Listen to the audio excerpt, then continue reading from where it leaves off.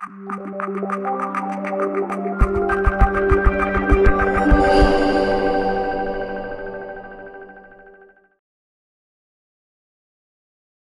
love social studies. I absolutely just love it. I can go off for hours. The kids know it. They'll be like, hey, how about that Syria, Miss Williams? And I'll just go. I'll talk about politics, economics, history, anything. I absolutely love it.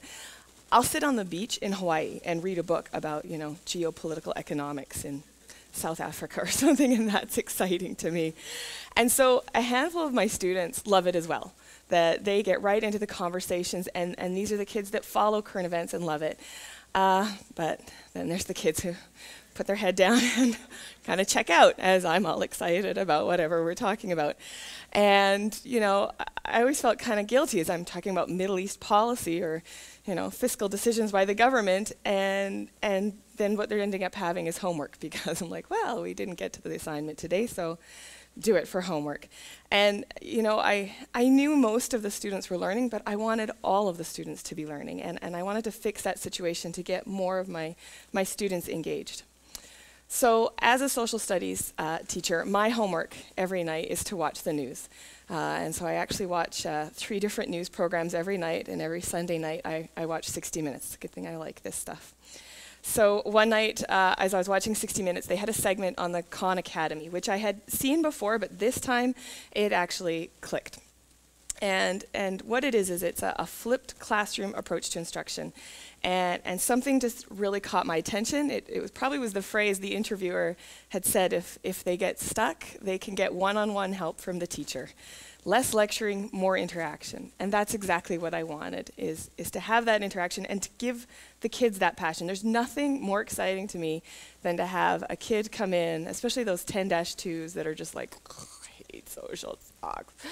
And then at the end of the year, they're excited and they're engaged and they're participating. That is so exciting for me. And so I want to tell you guys about this flipped classroom and how it works, and how up front it is a lot of work, but in the end it's just so worth it. And so what you do is you take the lecture component.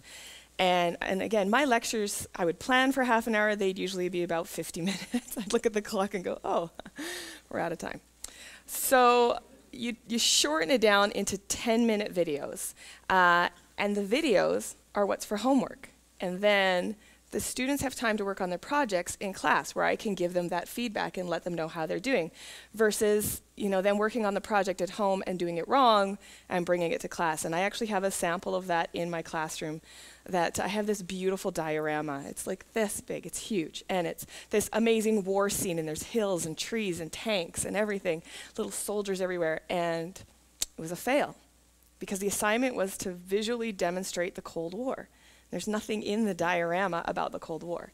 And of course I let her redo the assignment. She'd worked really, really hard. But I have that in my room to show the students that, you could work really hard on something, but if you're going in the wrong direction, all of that time then is spent not getting to the goal that you wanted to get to. Whereas if she'd been working on that in the classroom, I could have given her that feedback and been like, okay, so how does this fit with the Cold War? So this is why you call it the flipped classroom. In addition to this, the videos that I've created are an amazing review tool that kids can use to come back to. And that's important because there is a foreign language to social studies. It really is a different language, and I love this phrase. The fiscal and monetary policies of a Keynesian economy during a recession just scares the pants off people.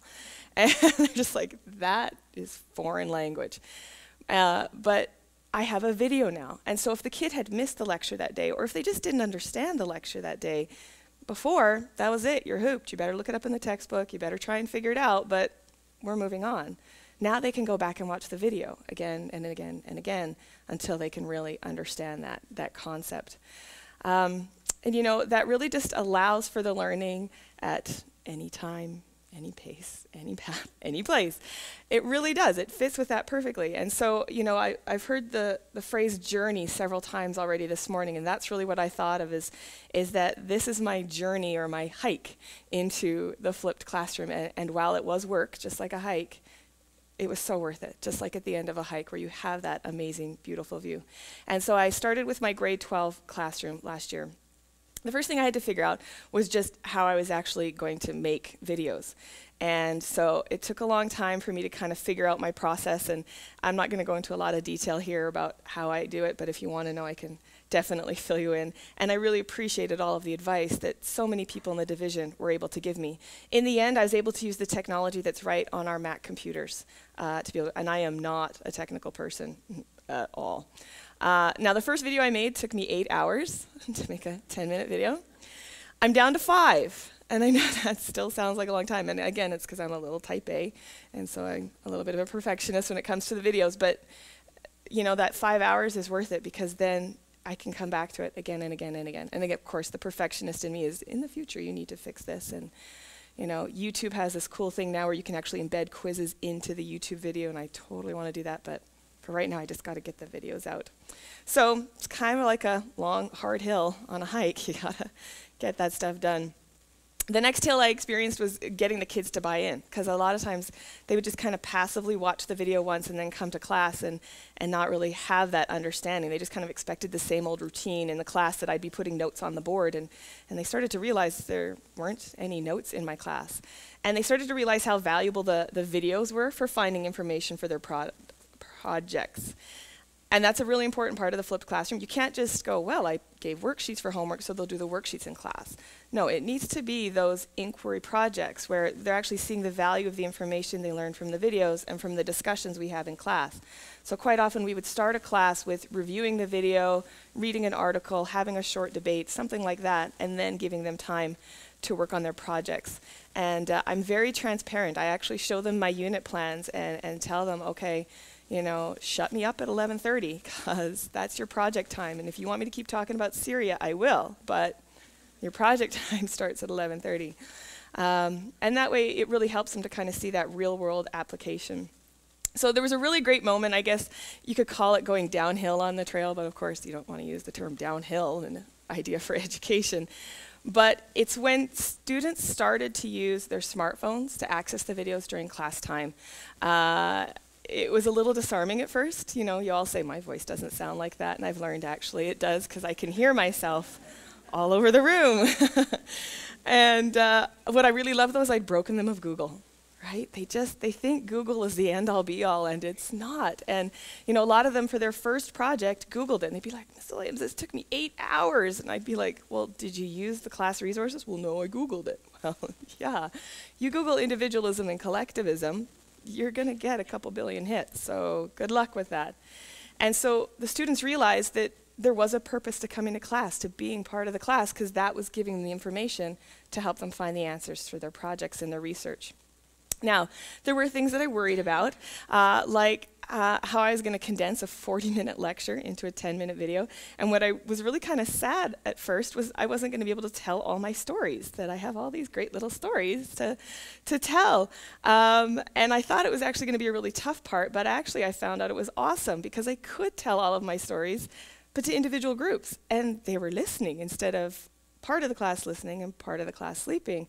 I could actually have that one-on-one interaction as I explained to them how the Hunger Games relates to the ancient Roman Empire, or the chair socks lady that perfectly shows how capitalism actually works, because she wouldn't make chair socks unless somebody was buying them. It's true, there's people that have chair socks. So, another rocky part of my pathway was trying to get all of the students engaged. You know, you hear all the time that if you use project-based learning and if you use the flipped classroom, you'll engage all of your students, and that's not true. That my students who were already engaged and were part of those great discussions, they blew me away with the things they were doing. My average students blew me away as well with the things they were doing. But it was my less engaged students, my students who struggled, that actually found this really, really difficult, because it's a lot more self-directed. And so I did a lot of check-ins to check with their progress. And even then, some of those less engaged, less academic students have a hard time getting those things done and meeting those check-ins. It's not a miracle cure-all by any means. They quite often just wanted, just give me the textbook questions, please. Can you just give me a fill-in-the-blank worksheet? You know, and they'd be like, because I don't want to have to think. I just want to find the answers. And I'd be like, yeah, that's my goal. I want you to just passively find answers and put them in a blank. Don't think, just memorize. And so it kind of frustrates them a little bit.